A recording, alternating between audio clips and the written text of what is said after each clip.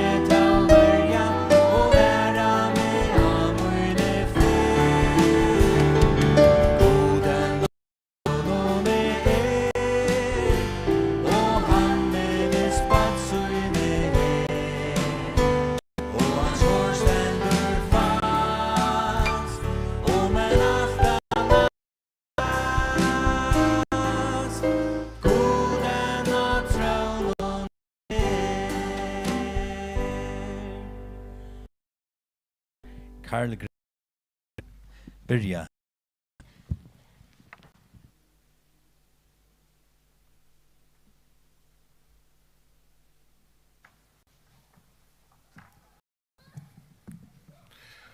God kveld til sommel. Godt å sutja dere. Og velkommen enda en for. Nå vi kommet forbi lenge. Etter dævren og i middelen Porsene og opprøsten. Og jeg atler lykka men Arjen, så vil jeg si, her flere baser vi kunne få hitje etter landa. Her, Miriam, og Leven i Grønlandet, og vi tar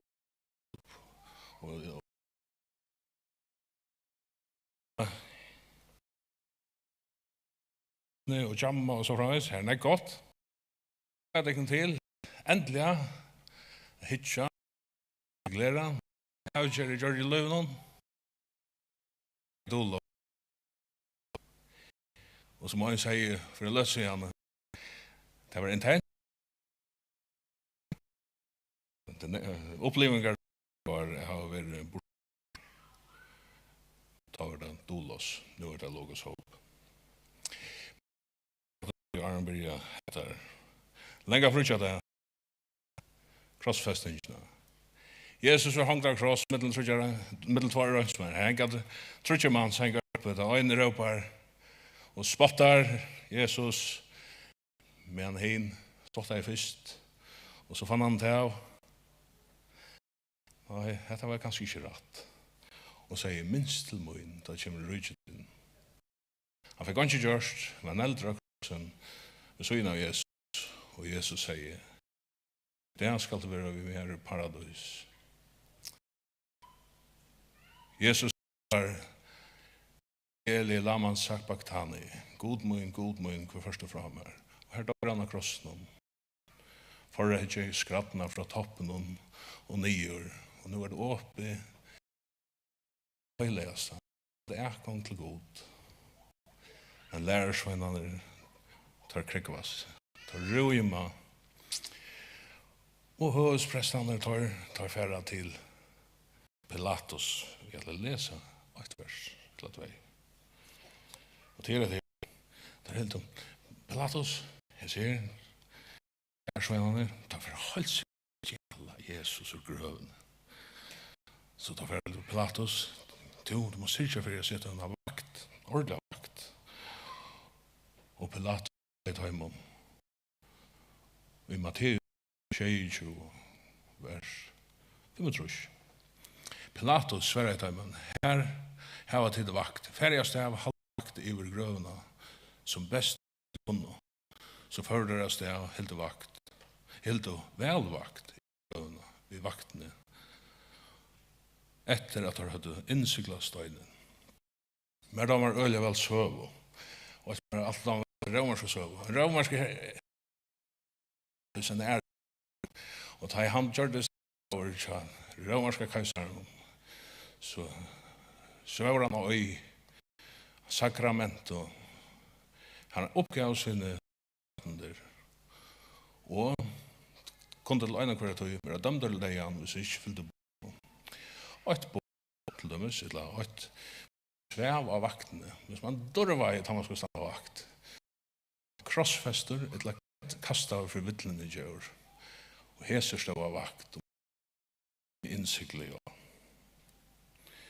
Så vi be. Gå himmelsfärger, tack för att vi kan höra oss.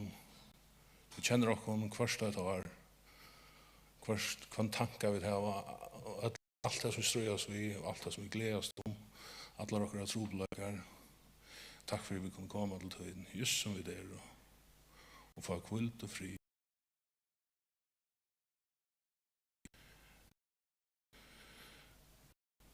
Så kört och öppna så det höjra det och tacka det till oss och kunna leva ett bättre liv till bidra med allt som för fram i det.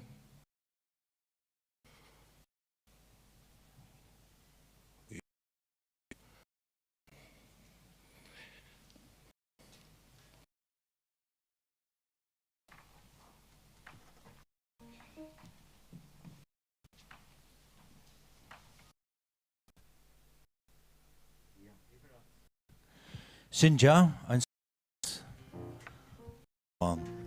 og sunk við god. Og aftur er sjans nu fra Sinja. Så sjøy nutch. Det er en skriver ljus ved Jesus og Jack. Det er også nok så det har ganske et natt av alt det. Det er ikke lagt.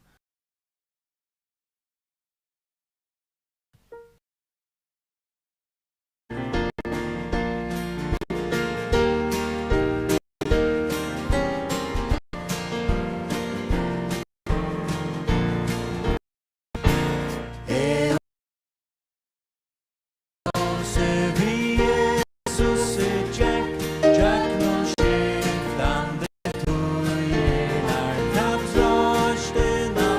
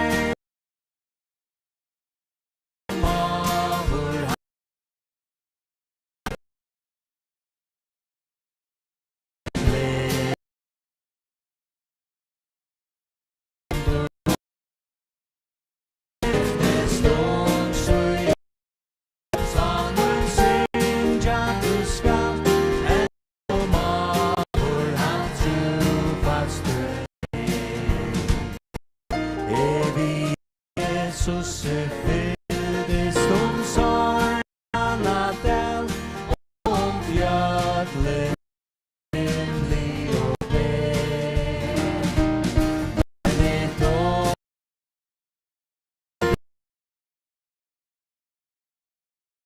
så han trofast står för en glädje och tröst hjärtat underfullt tröst och ge mun ta bärs Jesus med ben skiftes dom så gärna som en synd att du skall en som avur han trofast står vi Jesus ett check ta vi allt världsöljast ta vi smulande värld hända dig andra glädje vände mot bröst en som avur han trofast står för en glädje och tröst jag för underfullt tröst Jesus med ben skiftes dom så gärna sangen synja du skall som avur han trofast står ja vi Jesus är fädes till glädjor kvanta och hans närvara sällan beger och skall deja med smaka med bera skall där en som avur han trofast står för en glädje och tröst jag för underfullt tröst och ge mun ta bärs Jesus skiftes dom så gammalt som en synd att du skall en som avur han trofast står Tack för det. Så färra vi då få beröra kåre upp här, synja. Sanji för Jakon. Och för bjöd att ha en hjärtelig välkommen. Det var spännande att höra. Ta teja och sunche, så för Johan Peter. Alla.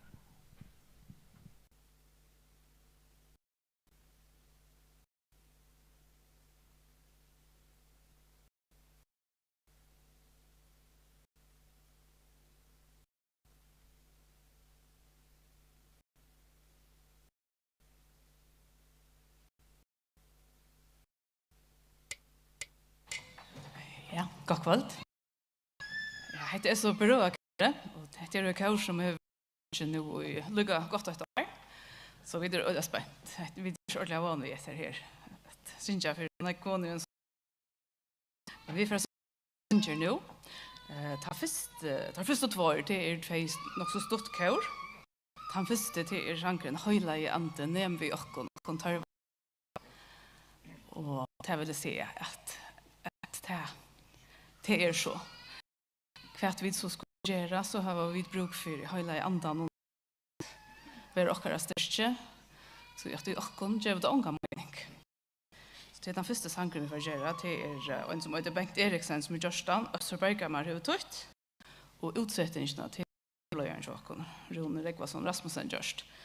På et 18 av han, så synes jeg at det er et annet kjør, og han har så tror jeg, ser jeg sånn, Jesus, Jesus. Og det kan ikke være bedre enn det. Det er Bill og Gloria som har gjort han, og Østerbergamar også tøtt han. Og Rune har utsett, og Herver, hun har en strofe også.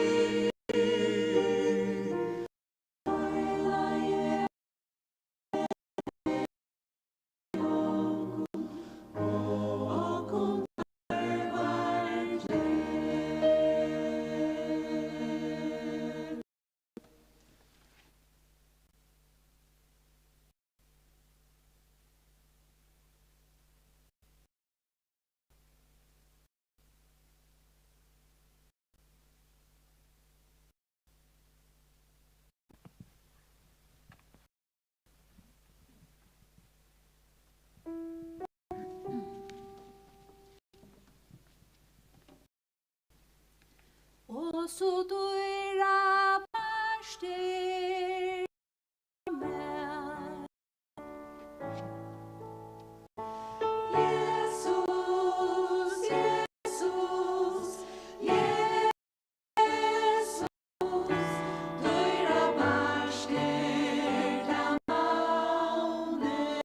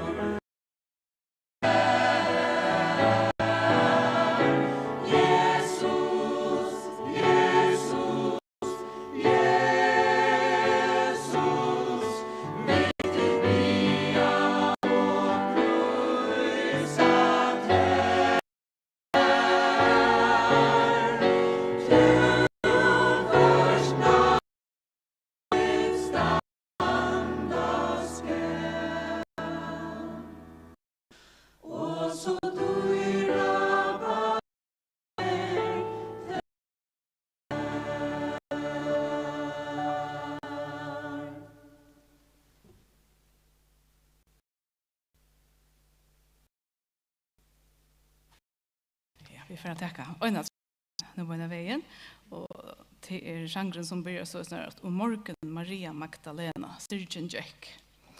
Och det handlar faktiskt om flera dömer ur skriften här som folk syrja. Det är inte av Jesus för dig. Men jag läser det där. Simar kvitt och grätor. Ta Jesus säger vann och ändrelösning till av till han. Också ofta om det att det visste inte ordentligt. Men vi vet att det händer i morgon och det är störst. Det är Åge Samuelsen som är just sanchen och insett utan. Det är Ottmar Tausen som synger solo.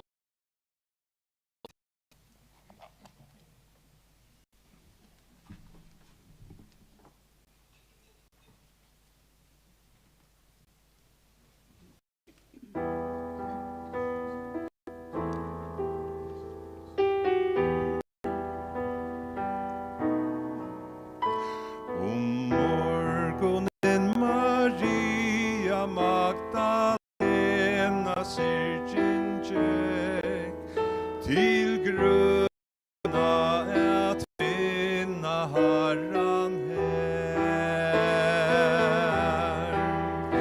Men hon och gäst och roan hon sakta så tjaffe han upprösning och livet självor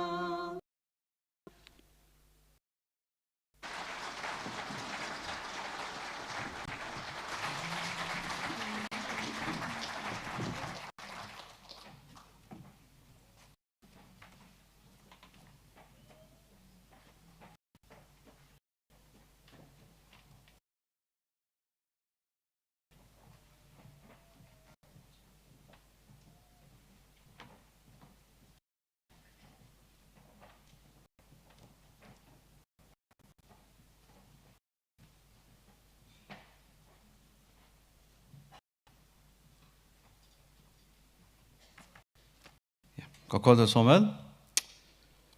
Godt å være her i kveld, sammen med dere. Og godt å høre berøvakåret for første live. Det skuffer jeg absolutt ikke. Så sunget det Jesus, Jesus, Jesus, en av munnen. Indis kåren. Så nu kan det bare skuffa komme at natt her. For alt press i av meg. Og det som jeg husker om er at komme natt til nægget det sammen. Og det ikke ser man just gjerne om. Og det har sikkert vært funnene, og det må fyrt kommer til. Men den hendingen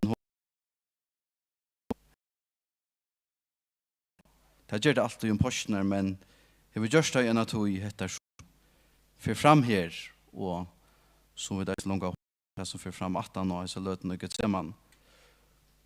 Og så ikke alle som scener fyrkånd til fullmåne, det er der postene gjør det, og Orsaker lyster opp vi som dimmer ljøsene, og Jesus sier ikke seg, tror jeg sånn nærmeste visser, Orsakeren til at han vet hva det er som ligger for fremme. Og det gjør at her helst eisene, men kanskje ikke fullgreier over hvordan vi tatt det er det som Jesus sier på oss om. Kanskje her var der skikkva det alle riks og hoksa at man ikke være så. Vi leker opp og Peter færre vi Jesus i Orsakeren, og han er tidlig der visser at stola seg i seg løtene. Og som vi vet, så hvordan vi mennesker, hvordan vi der, så sånne der. Vi skal lese Marskos 1, vers 32 til vi 46.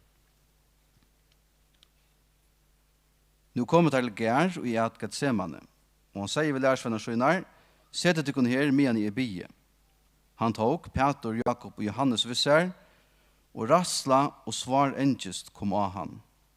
Han sier til vi her, salmo i denne sorgabonden, helt til deg igjen. Vær her og vet ikke. Så får han sin langkår, kastet seg ned av hjørnet og be, og at hesen tøymen skulle fære fra honom om det var møvelet. Han sier, Abba fæger, alt er der møvelet, til fra meg, ta ikke som jeg vil, men som du vil.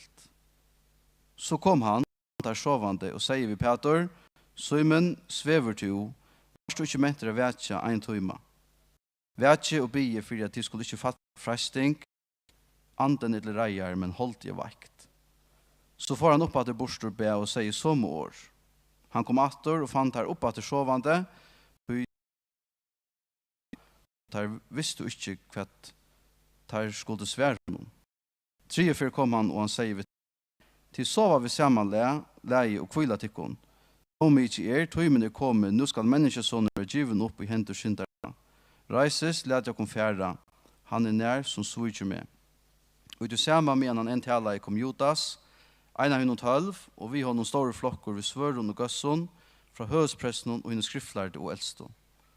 Han sveik han, sier og sagt, jeg kysse han til, tætje han og leie han bort uttrykka varvasl.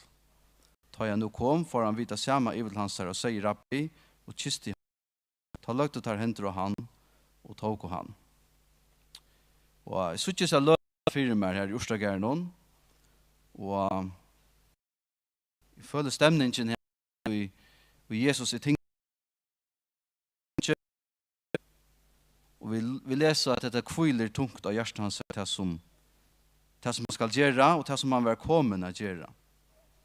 Og i Lukas her evangeliet leser vi om at svart i hans blåstråpar. Og så ikke henne mann, eller leser om henne mannen, fyrjakon, fjerde, utan ivan ekkert kjenslig fram, og en omedelig pressa over maver, og en omedelig pressa i støve, og vi kjenner så som vi gjør, hva det som han hever i jøkkenen. Og utan i var dette som han hokser om ikke til at han skal bære dødja for syndene til en menneske, men han tok syndene til åkken ødlån og se hendan dagen, han døg i Golgata, alle synder heimsins. Det må være kolossalt trust som han er under. Vi leser 17 Korintiabrevet, så det når han som kjente ikke synd, gjør det han til synd for okkon, for jeg vet i honom skulle være rettvis og gods. Han kjente ikke til synd. Han var fullkommen, levde i fullkommen liv. Han var sånn i gods. Han kjente ikke til synd. Han var gjør det til synd for okkon, for jeg vet i honom skulle være gods. Hadde tala så sterkt til min, og hver jeg for det postkjer, og vi stekker bra og durva vi heter her.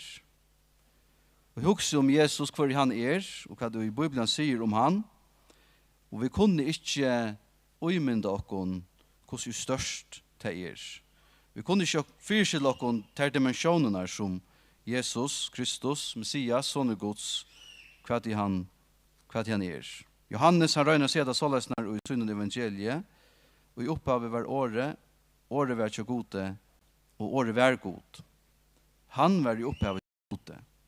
Alt var til vi honom, utan han ikke var til av tog som til Og i honom var liv, og livet var ljós menneskene. Ljóset skøyner myskren og myskren, skilte det ikke. Og det er som om at Johannes røyner at man så lengt ut som man kan, han røyner at mala det vi så grov trekken som gjør litt, at han er lokos, han er det som alt bygd av og alt kviler i. Paulus skriver at det såleis når Kolossebraunen, han er min godsins og skjønnelige og hin frumborn i all skapnings. Alt skapt, ta i himmelen og ta i hjørne, hitt skjønnelige og hitt oskjønnelige, ved at han uhasa de herredømmer, tikkner eller vald. Alt skapt vi honom, og i honom alt standant.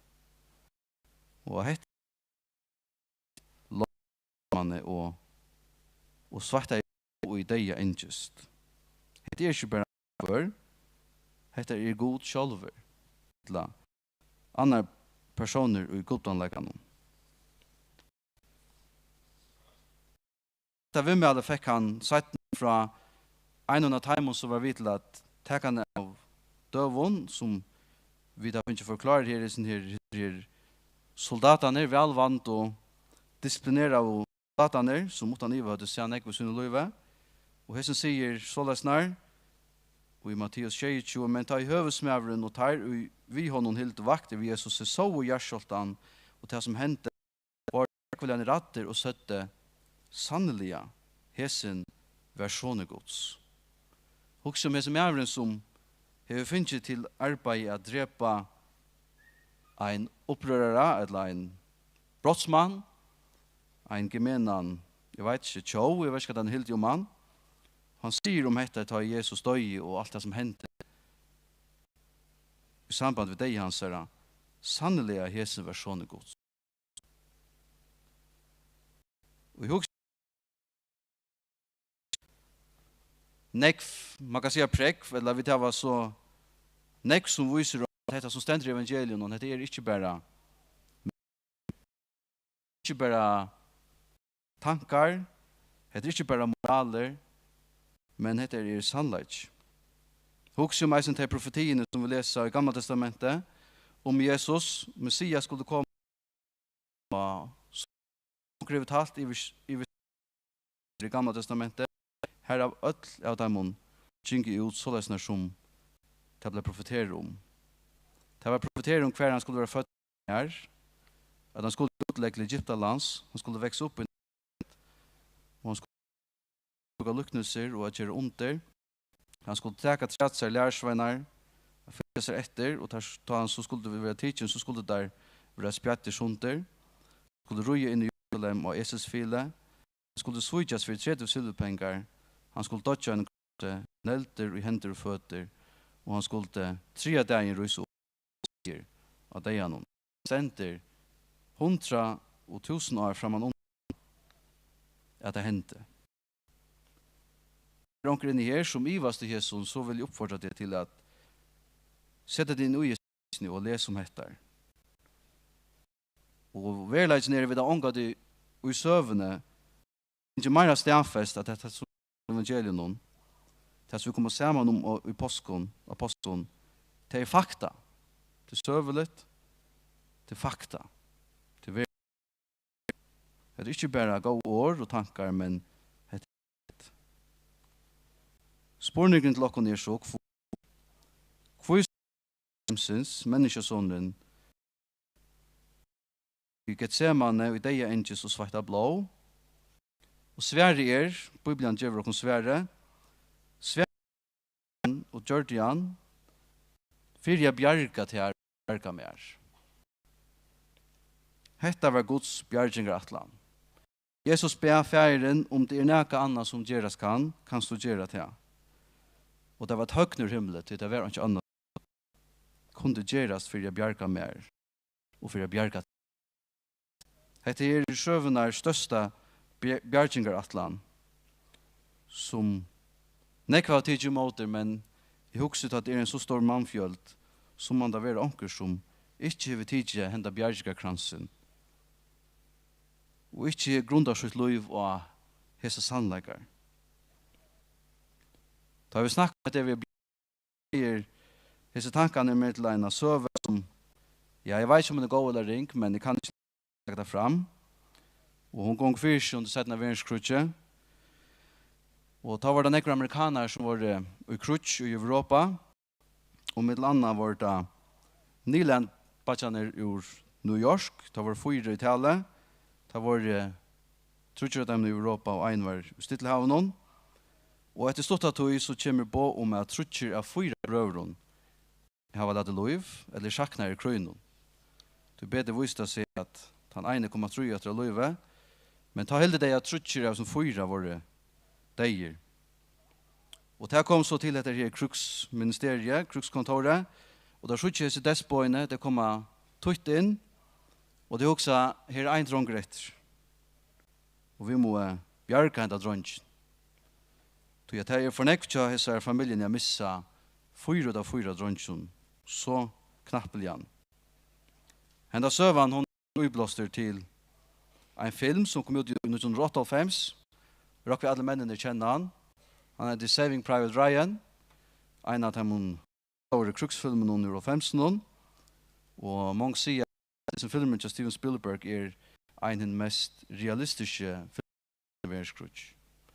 Her som et herlig, som i verleggen noen ble sendt ut, er at Bjarka er som Private Ryan, som er den eneste av 4 brødren som er løyve. Han skal ikke her med over, og han er slept inn i Normandie 1804, her som fortjentene er det, og han ligger djupt inn i fortjentene land. Og i som filmen noen så vil det tjejmenn, setter sammen, at lydig her James Miller spiller Tom Hanks, han spiller øde av alles film noen, gjør han alltid. Vi kjenner av Bjarka i som dronjen noen. Og tar færre så, og gjør hese misjon til å gjøre, og kommer så og finner denne dronjen. Men det kostar 5 av sin tjej hermannen noen, løyve. Og vi så kjenner nok så sterska scenen i enden av filmen noen. Hvis jeg er gratis til filmer, så er jeg gratis ta. Men det gjør det ikke. Eller kanskje. Her som man ser, henne kapteinen Miller spiller Tom Hanks, og Matt Damon spiller Private Ryan. Og han ligger til å dodge til han i skåte. Ja, nå slipper det ned ved løyve der av rundt av Bjarka. Og så sier han etter vi han, så jeg vil lade lov for Bjarka Hesson. Earn this. Altså gjør til oppebornan til ta for til. Og så zoomar det ut, og så ser man til alla siste scener i filmen at det er maveren stenter og er nå en eldre maver. Vi grøvene kjøres ned kaptein James Miller og spyr at offret til taimon vær til han verst. Ja. Hvordan om at det var vera livet som er personeren, 5 ærer tokans vi at 5 ærer vi tar å søve, tar å framtøy,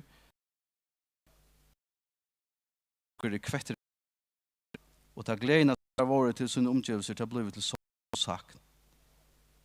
Vi tog jag vidande till. Det må være øyligt. Og som vi venter etter til her, og jeg kan se meg, ikke mint, men verleikan, hetta som Jesus gjør det for meg, og han gjør det for deg. Det er i verleggen noen nek større enn i sin filmen. Og filmen heter fiksjon, bygd på verleggen, men heter her er verlegg. Herren Jesus, han offrer seg for meg. Han gav seg jo deian for meg og for til. Og han skulle til jøkkenen, og da tar vi suttje da i filmen, og så gjør det. Det er forferdelig å suttje til Herren Jesus. Han var gjørst alt, og det er han som alltid gjørst til. Det er offentlig å huske seg. Vi kunne jo angå det for jeg gjør at her, til av et liv sammen vi ser, som begynner av oss av maten. Så la oss nær. Og nå er det ikke langer jeg som lever nei, lever mer. Og livet som jeg nå lever i holden, og lever jeg i trunnet av sånn godt som elsker meg, og gav seg sjøen. Livet lever jeg nå i trunnet av sånn godt som elsker meg, og gav seg sjølvan for meg. Påskjene er jo og som vi minnast, eisen tar vi komma sammen sunnemorgon, et bråd av breie, og teka kærlighetsnån, det som Herren får i jøkkenen, fyrir jeg vinner okkon. Og større kærlighet hever ånden enn han kan gjøre til. Så må vi livet i sånn, annan kvørst, til lengst siden vi kommer til trygg, eller nøyljane, jeg vet, jeg heter okkara i beskrift, må Herren vinner årsett til okkara.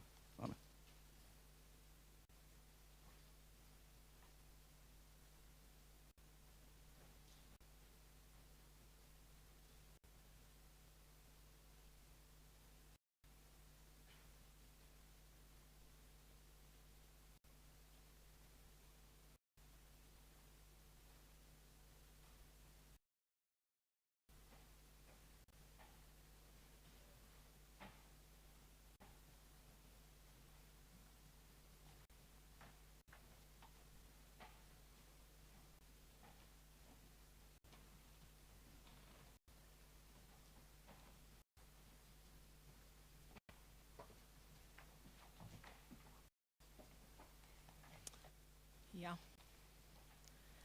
Johan, du fikk kåløyeren av brøyta skrån. Du vet, her var en sang som øyder han halta vid det vi skulle nå. Jesus ber hesa trutja bønner. Hei, du vilja tidkjenta kærlik fra meg, til å være ikke vilje mun, men tuin. Og krossen han feier, fire djev tar vita ikke hva tar gjøre. Og så han hesa bønna feier, og i hendur tuinar djev er andamoin. Og hesa trutja bønna hvor og en som øyder Joel Reini just øyna sangom, og Edmund Williamson hever til før. Så han får synge nå. Bøn, ser man.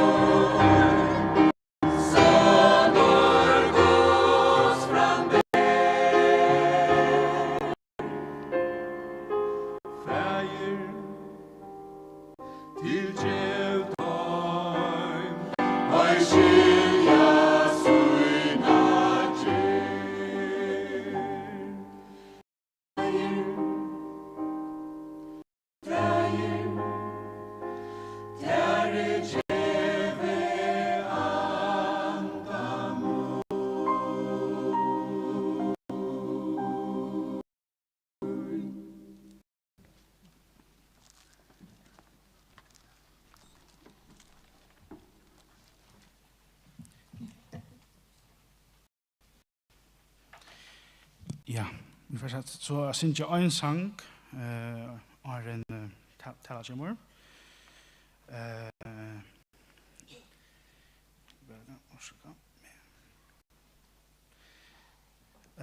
Vi får synes jeg som har synes jeg sin korsjane, men det nødger sin han øyder hånd på enskånd, høylagt Oslo Gospel eller det Oslo Gospel Choir som synger han. Heter Orla og utsetting gjort av Tore ved oss og tøyt hever Jekvann Sakariasen.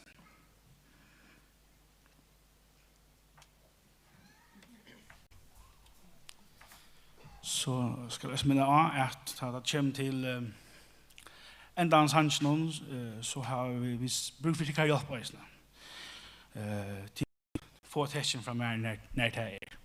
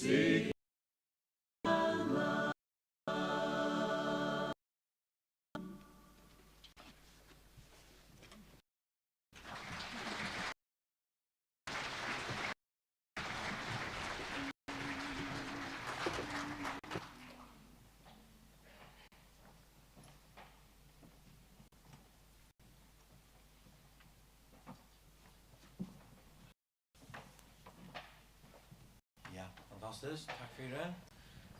Och laxa på alla så halda vi det av fram att synja.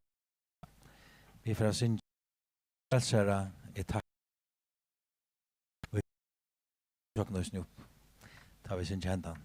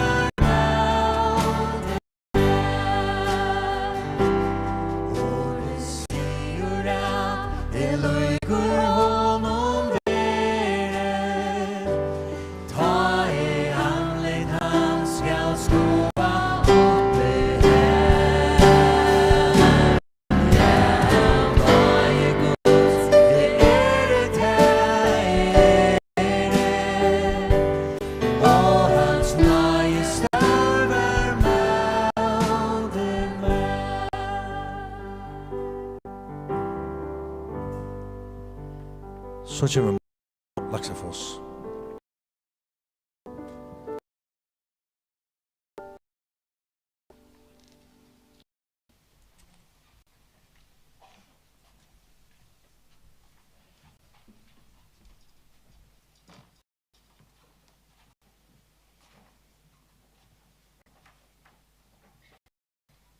God kveld. Det er godt å være her, sammen med tikkene. Og jeg gledes om at være her sammen med tikkene, at god enn at tronen er.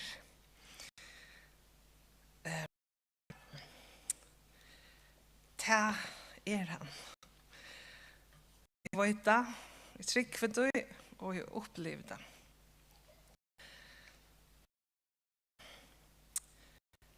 Årgods har kraft. Og god er mittlen okkom, vi sin anda, og i kveld. Og året er her i mittlen okkom. Så jeg får be at jeg kan sammen med meg sitere Salma 23 her. Kan vi gjøre det sammen? Så jeg begynner, og vi drøyner å finne et tempo som vi kan sammen sitere Salma 23. Herren er hirmoin, mer fattast åndsje. Han leter med lidja grønnen åndsjen, løyer med at kvulløytnen. Han luvgar svalm, han løyer med etter løyen, for navnsens skuld. Om jeg så skal genga og i dele deias kukkans, øttest i åndsje ilt, to vi mer, kjeppur tuin og stavur tuin tar okka med. Borrøy er bant futsjunda manna, to salvar høtt mot vi oljo, leipe munnen. Utan gott og nøye skal fylgja atlar og huset herrans atlar æver. Takk for det. Hyren, som David yrker om, han har skapt meg, og han har skapt det. Og Johannes stender alt vårt til vi honom. Utan han ikke vårt til av tusen til. Herren hever omsorgen for dere. Ezekiel 34, skal lese fra vers 15. Han skal halda fylgje, jeg skal sjølver halda fylgje munnen og herre. Og sjølver leta ta kvila, sier Herren, Herren. Hitt borstur vilsta skal jeg løyta opp. Ta og i borstur stikt skal jeg reka atter. Min bøynbrotna skal jeg binda omtja, sjuka skal jeg styrkja.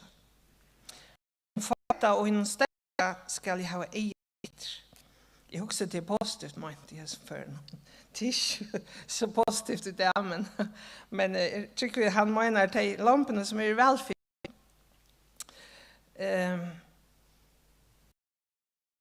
Jeg var egen etter. Jeg skal røkta til så som rett er.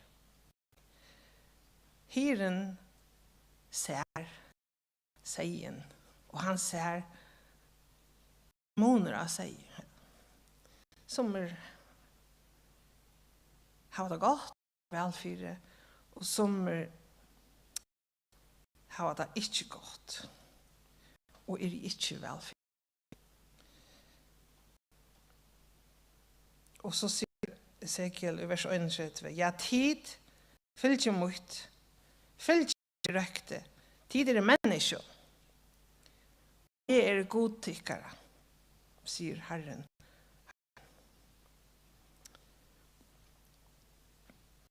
Jeg tykker at David, han var ytla trångter, og han heit ikke godt til han yrste Salma 23.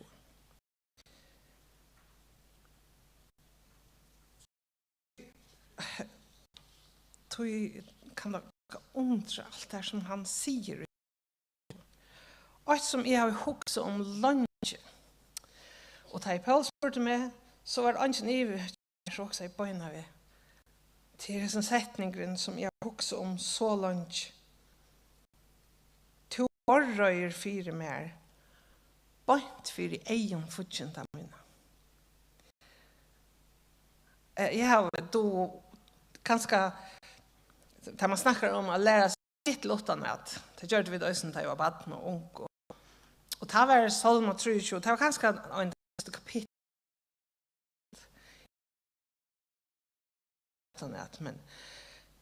Men det er ikke for en, ganske for en åre så igjen, at det er sånn setningen her, jeg behøver gjør det meg fær om hva betyr som setningen. To borrøyer for meg, bort for i egen fortjende mine. Forstår du det?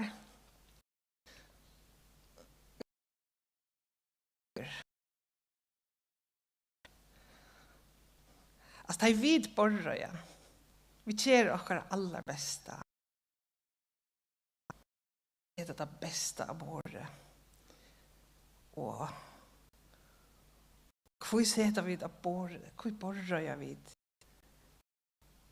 En tid for omkring å komme og sette seg. Vi vet hvor det er. Vi tar borre. Ta har sikkert langer avtale hvor det er som skal komme.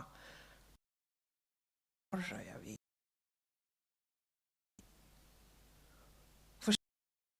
Det er god borre for dere.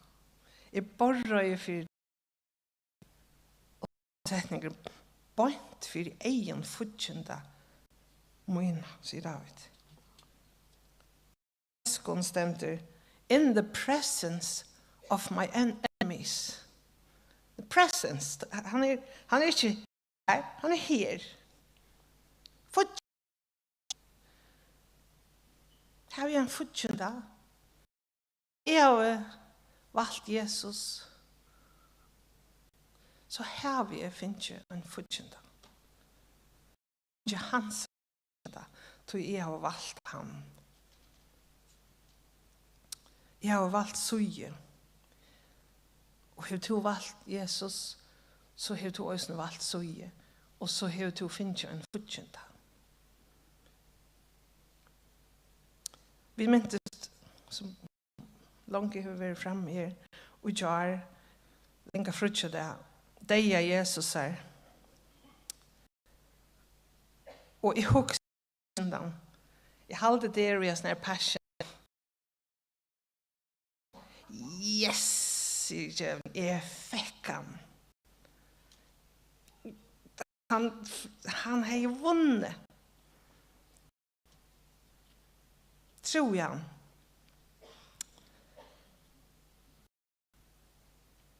Og samstundes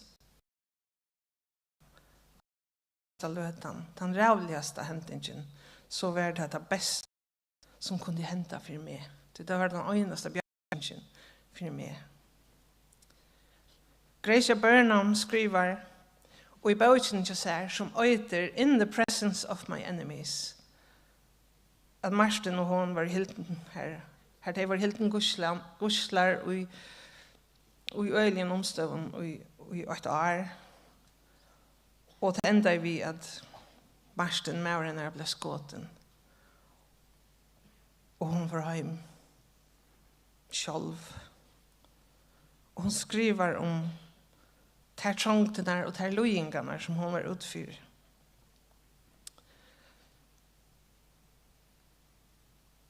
Jeg kan også selv vittne om myrska løter i min løyve, løyingar, løter hver som jeg har 4 vittne om. Og en dager som stelja klart kanskje som han myrskaste dageren i min løyve, det var det i stand til å när jag rutschar hos någon och får jag vita till att vi tar over.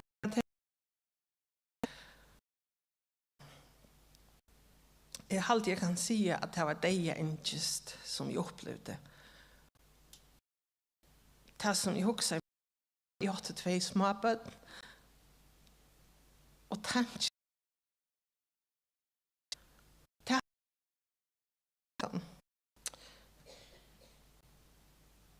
och god mer så nøyver. Og hans nøye stor var med. Hans nøye var omettelig stor imot mer. Det som jeg opplevde til å være Jesus, han kjenner kammer til min. som ett bjärsljus och han heter såna jag vet inte vad jag har inte ord för det men hiten för hötten och han för ner i allan kroppen och tar ju och där kom ner till boden som ötten som är störst gröt ta smälta i ötten purasta veck och var skifter ut vi ta största luck som är näkran löven hon har upplevt. Han säger nej med mer hur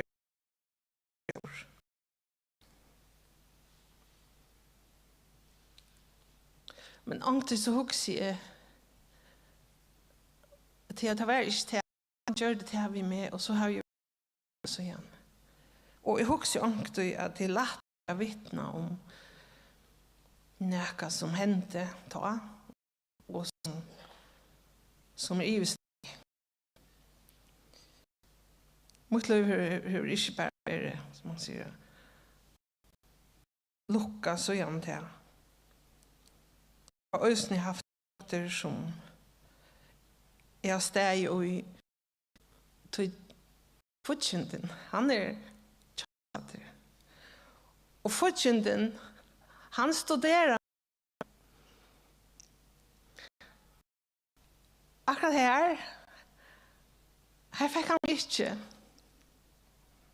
ett ganska men Jesus bjärkar mig så det som hände hvis jag ska lycka till att tro det att var det att ta säga jag hade inte tankarna ut om att dödja från bötten kommer ta säger Jesus kan du så bara täcka mig täcka mig och ofta också om det så var det inte som han faktiskt ville ha.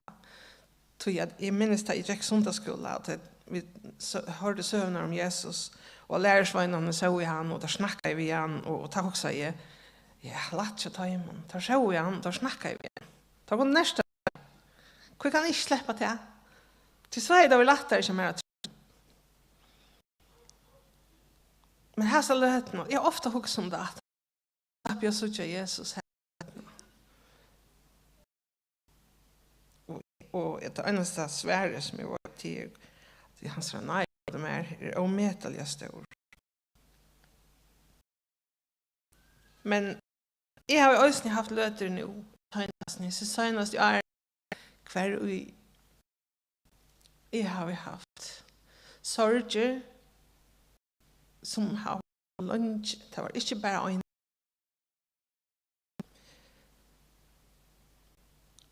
och så stann jag så kvar är stå.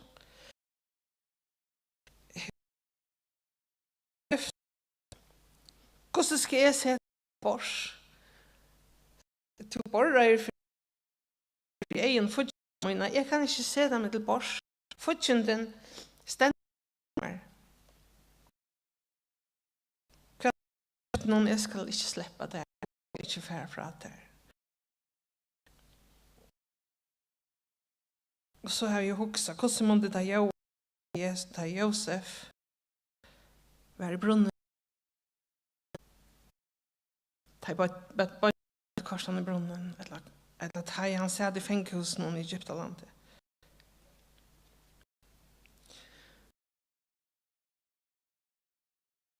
Fratt tog att Herod för det.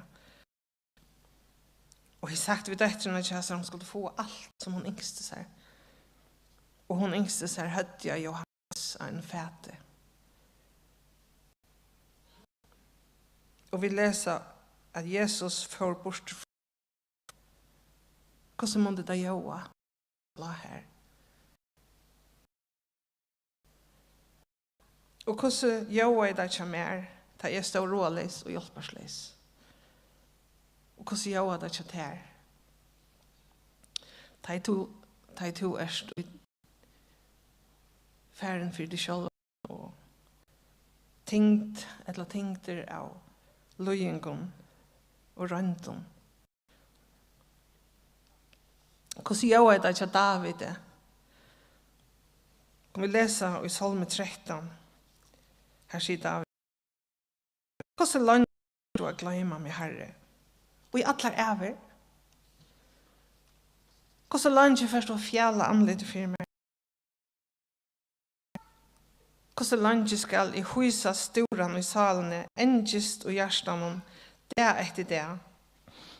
Hvordan langt skal fortjenden gjøre seg storan i meg? Hikk nyer til min. Lys opp egen mine, så er sånn ikke i deg gjennom. Så fortjenden min skal ikke sige vann han. Og avvinne mine skulle ikke råpe av glede ta i rie. Så jeg snakker jeg det til David. Da jeg kanskje tja Jesus, øyne Jesus sier god min, hvor er du færen fremme her? Hvordan ser fortjenten ut til meg og til her? Her har vi opplevet ønskapen.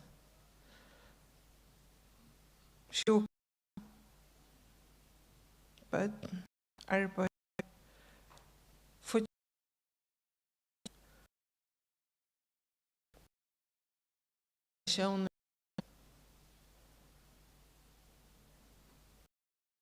David sier, to borger for meg, bant for egen fortjenta mine. Ta i vidt og her var det ringt. 4. Så kunne vi godt miste livsmåte.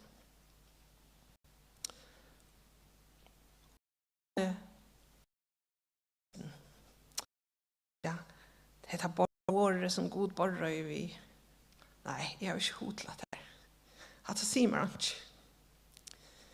Jeg orker ikke. Det kan godt hende. Jeg kom i tankar om en kone i Klaksvik som hadde vi tødde en av kammer sammen i Reptal, kvinnestøvnene. Det var Inga som hun var nekra mann. Hun var 50 år. Så mamma min og jeg og Rosa og Luttle Inga, vi tødde kammer sammen. Det var kvinnestøvnene. Og det var virkelig hona litt. Og Rosa var en utrolig kona. Jeg tror fram med klakken til og lengt opp i 50-ene. Daldion, hun er vært så sjuk. Hun har haft influensa, hun har vært så usselig. Og jeg har ikke livsmål. Hun vant ikke hun for å bli eldre. Og hun har unga. Og hun kunne ikke gjøre seg etter. Hun har unga metalist. Hun er slett ikke hun etter. Og så er det en sånn renner som har ikke vunnet. Og hun blir i kjøpkjøtten og det smaker jeg mør. Det var bare kjøpkjøttet som kunde få henne. Og følte hvordan hun styrsnei. Så hun fortsatte vi kjøpkjøtten inntil hun var kommet som at hun finner ikke livsmål til atter. Hun har begynt å komme for seg. To borrøyer for mer, bant for egen fortjenta mine.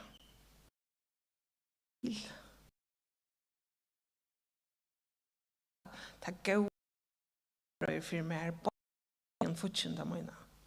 Bare til.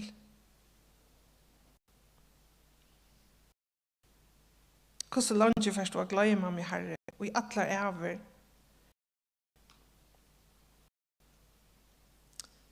Det ber til. Jeg kan velge det. Lika som Rosa. Hun valgte, ok, jeg får få meg kjærspett. Og jeg kan velge at teka god på året. og njóta det gode som han har til mig. Med det. Tog fortjenten i kjastater, hvordan kan jeg? Tog jeg kan lytte av at han teker seg av fortjenten.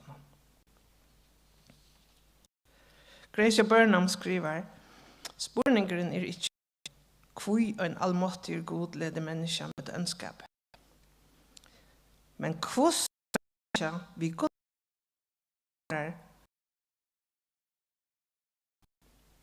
hvordan svære i Josef brøren sin natter teit har kommet til hans. Vi leser Josef i brøren sin her. Kom her til min. Teit har kommet til hans, sier han. I brøren tikkere, som tid selte til Egyptans. Men nå skulle tid ikke være ringer om det. Et la gremja tikkene om at tid er sett, at tid er tog til at bjerga løyvnum hever god sendt meg her undan til. Hvordan svære er Jesus atter hin dagen, da Johannes var holdt. Vi leser, da Jesus hørte til, for han i bate bors til øyested for seg sjølvan. Men feltje kom at han av honom, ur bygden honom. Da han kom av land og sa feltje, tikte honom hjertelig sint og i taimon. Og han grødde deg av taimon som sjukvare. Samma kveld, hvis vi leser noen vers 17, samma kveld mekta i han omløyd 5.000 menn, omfram kvinner og bød. Ganske 20.000 folk. Tog han seg av, mekta i. Han tog hjertelig sint og i taimon, og grødde deg som var sjuk.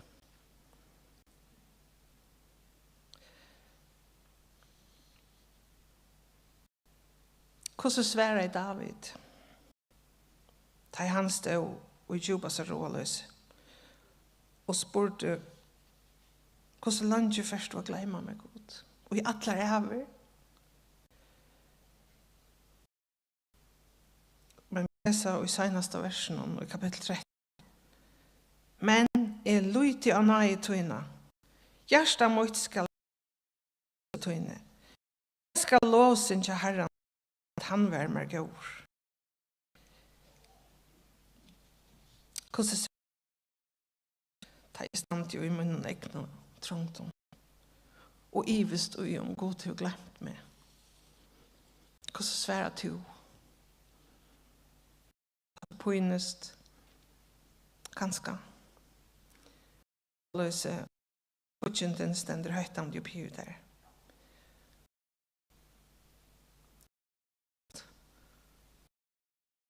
Her.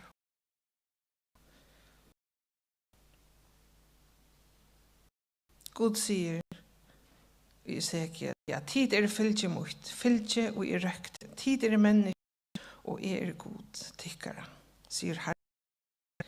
Jeg skal sjølver halda fylgje mot noen ja, og sjølver lete ta kvila, sier Herren. Hitt borvilsta skal jeg løyta opp. Ta og i borstor er stikt skal jeg reka atter. Hin bøynbrotna skal jeg binda omtja. Hitt sjuka skal jeg styrstja. Hinnom føyta og hinnom sterska skal jeg ha egen i etter. Jeg skal røkta til så stratt er. Enn at traunen er. Kanst du identifisere det vi nekar innom tjahira. Trønge du til kvile, vilster, etla. Du stikt, eller stikter, borster? Du bøynbroten? Du sjuk, eller sjuker? Du kanskje en som velfyre? Herren er her, ukveld, og som ter. Og i tunne egna hjärsta.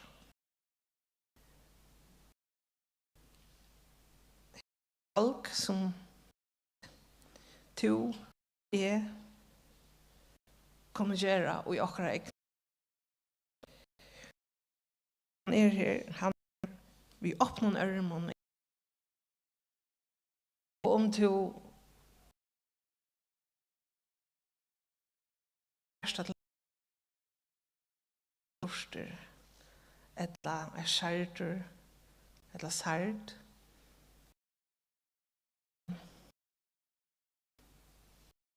eller fyra så är han här och så är han här vi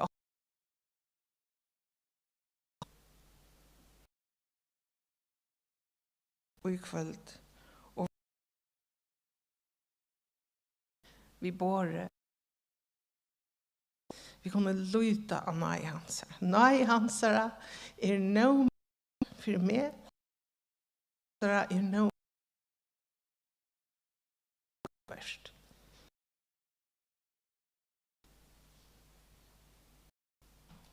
Kan ni be en bön, Arn? Samman vi också. Jag tog in oändlig. Och tog vann av fortjäntan. Fortjäntan var ju att den som han hever är stort. Du tog hever långt vann jag honom. Tack för att nej tog in är nå mycket av mer och tja ögonen och kvargen som kommer till tog in här. Hjälp oss att lyda av det. Amen. Jag husker, hvis jeg herren har gjort røst til et hjärsta og du har ganske bruk for å ta seg eller jeg sammen så er jeg først til å gjøre det og sikkert fløyre vi mer her.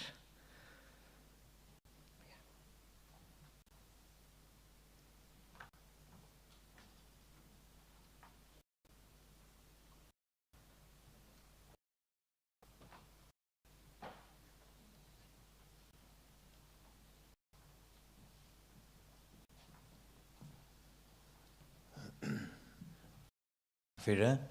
Nu kör jag syns ju en sångkontrakt och för om som sen kom upp att ända det möte och till alla sist för det syns ju kontrakt.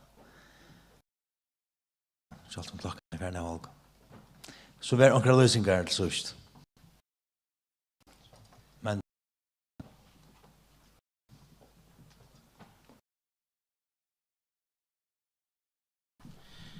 Arne, mamma min kommer att presentera kåre. Så jag tackar för det att vi slapp på att synge här och hälsa stämno. Det var nämnt i början att kåre börjar för gångar.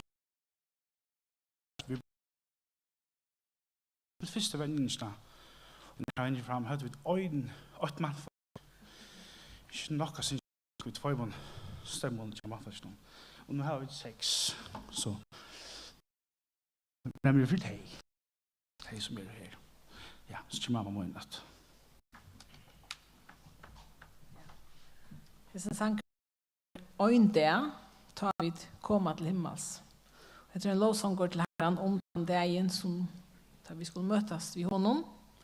Att ein dag så för han att göra allt nytt. Ja, så för han först ett svar. Och versene hever en som heter Matt Redman skriva, og Edmund Williamson hever omsett versene. Og nyleie over 100 år gammalt, hører til en annen sang, som en som heter Lisa hever skriva, og Peter William Haberg hever omsett til nyleie. At et nyleie Iver 100 år siden kan godt sette sammen vi noen versjon som skrivet i 8 år. Det heter bådskaperen som var 400 år siden og til den samme bådskaperen og i det. Og komme til himmels.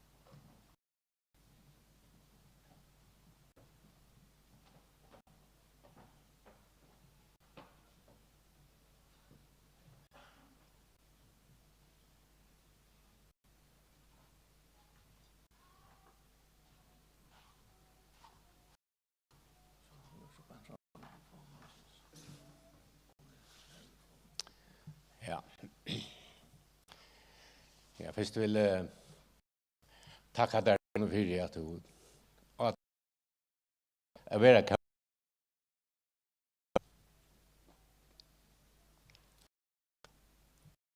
och be till om att ja. Jag är glad för det kunna och vara tryggare i Jesu arm. Hvis jeg bare lykker ikke, jeg tror at du sa at jeg kan si at Herren hyr min om jeg fattas og fattig hos i Herrens, alle er at gjør at nøye min her nå mye. Så hvis du hever tid med Jesus, eller teker mot från i kveld, som du har noen personlige frelser, så kan du også si heter og være trygger. Jeg gav takk og prøys der for jeg vet. Jeg har kunnet hørt en dag gleden i kveld. Kunnet hørt om det som tog først i døgnen for at og det som den høgtøyen, og det minner dere nå. Og har jeg selv om vi færre døgnen i mest i løven her, så det jo en sam. Du vil hjelpe og løye her, som vi døsne har hørt. Om imskar hendingar i Bibelen, som sånn troblar ut her, og i til daglige løven her, så kan det være nek som vi ikke skilja og halda vera. Det kommer jeg til så godt å kunne kvå i at høy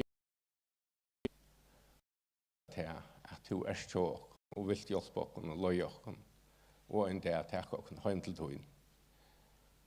Alt det er vi trygg for.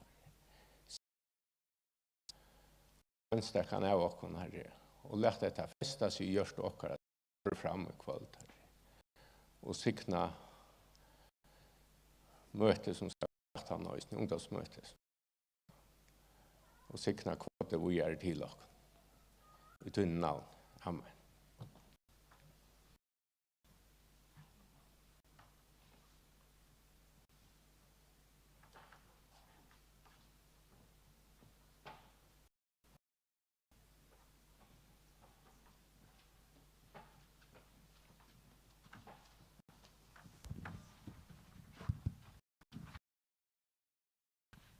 Ja, klockan är sånt att bli en negg och ungdomsmötet ska kört börja, men vi förändrar vi syns ju en sång samman.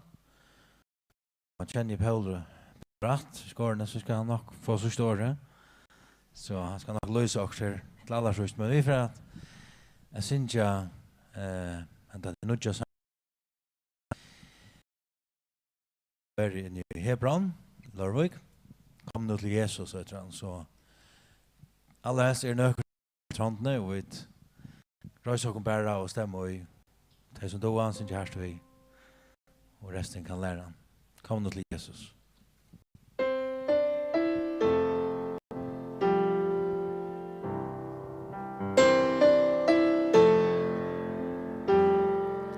Kom nu till Jesus vi tog vi borde finna texten på det. Vi tar han her, men han heter ikke for tikkun. Fantastiska texter annars. Passar väl till det som Maj tog sig om Janne. Att komma till Jesus vi synger och till bara till honom nöja få. Han är lackne och hyre. Så nu texten kommer upp.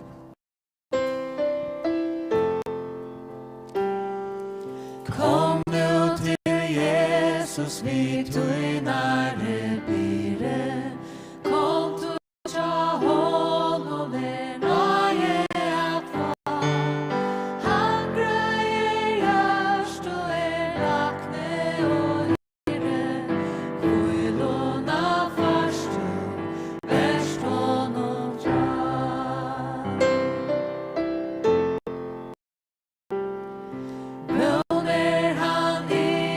Ande strøyande frior, glede tøym syrjande synden bøtt.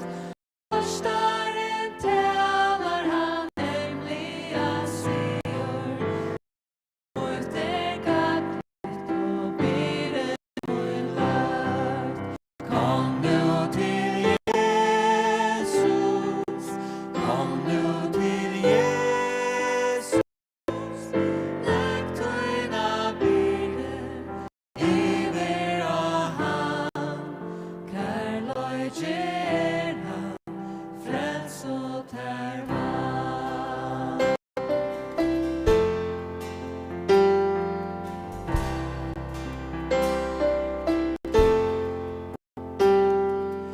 Kom nu og fred som släpp synda, for her verst nöje og knas. Tenda heim om vi himmelska glädje. Kom nu till Jesus, tack upp till kross. Kom nu till Jesus, tack upp till kross. Eviga livet nu böjer han tär. Kom nu till Jesus, kom nu till Jesus, lägg dina byrd iver av han. Kom nu till Jesus, kom nu till Jesus, lägg dina byrd iver av han. Kärlöjde han, frels och tervan. Kom nu till Jesus, kom nu till Jesus, lägg dina iver av han. Kärlöjde han, frels och tervan. Kärlöjde tervan.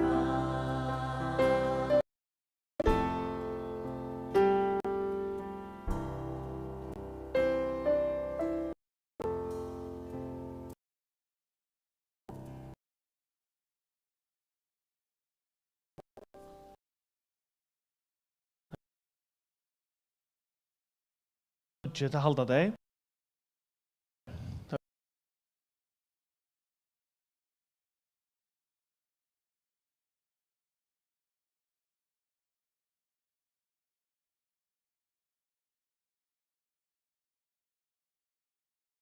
At hei Luisa, at vi familie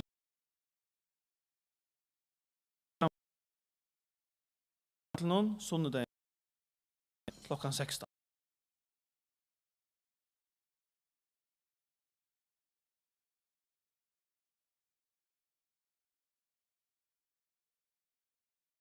I 20. april.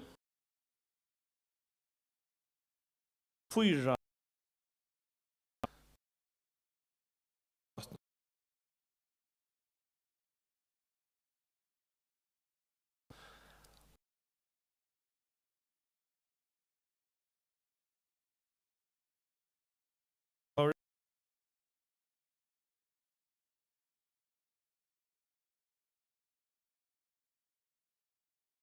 Minst flytta klokken.